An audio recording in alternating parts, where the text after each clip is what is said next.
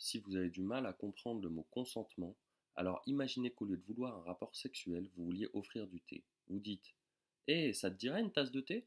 Et si la personne vous répond: «Putain, ouais, j'ai grave envie d'une tasse de thé, merci», alors ça veut dire qu'elle veut la tasse de thé.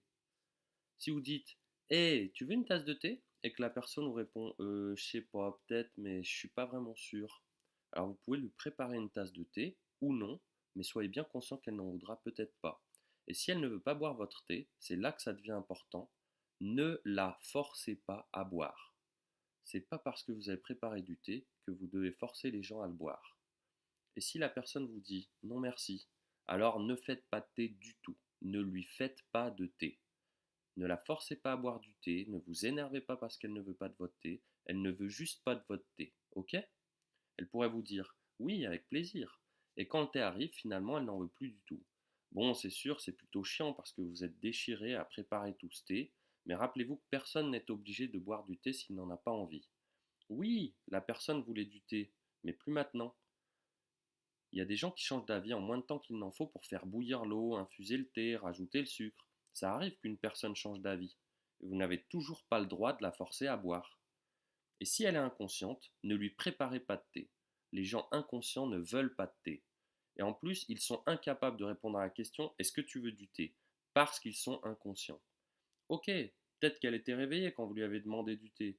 Et elle a dit oui, mais le temps de faire bouillir l'eau, d'ajouter du thé et un peu de lait, elle s'est évanouie. Vous devriez juste poser votre thé et vous assurer de sa sécurité. Et là encore, c'est le plus important, ne lui faites pas boire votre thé. Ok, elle a dit oui tout à l'heure, mais les personnes inconscientes ne veulent pas boire de thé. Ok? Si quelqu'un accepte de boire un thé avec vous, qu'il commence à boire, puis qu'il s'endort ou s'évanouit avant d'avoir fini, ne continuez pas à lui verser du thé dans la bouche. Rangez le thé et assurez-vous plutôt qu'il va bien. Parce que les gens inconscients n'ont vraiment pas envie de boire de thé. Croyez-moi là-dessus. Si quelqu'un est venu boire du thé chez vous samedi dernier, ça ne veut pas dire qu'il veut que vous lui fassiez du thé tout le temps.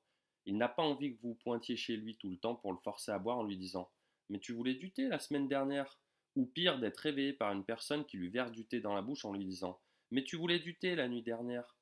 Si vous arrivez à comprendre à quel point c'est débile de forcer quelqu'un à boire du thé quand il n'en veut pas, et que vous comprenez pourquoi les personnes ne veulent pas de thé, alors pourquoi ce serait si difficile de comprendre quand il s'agit de sexe?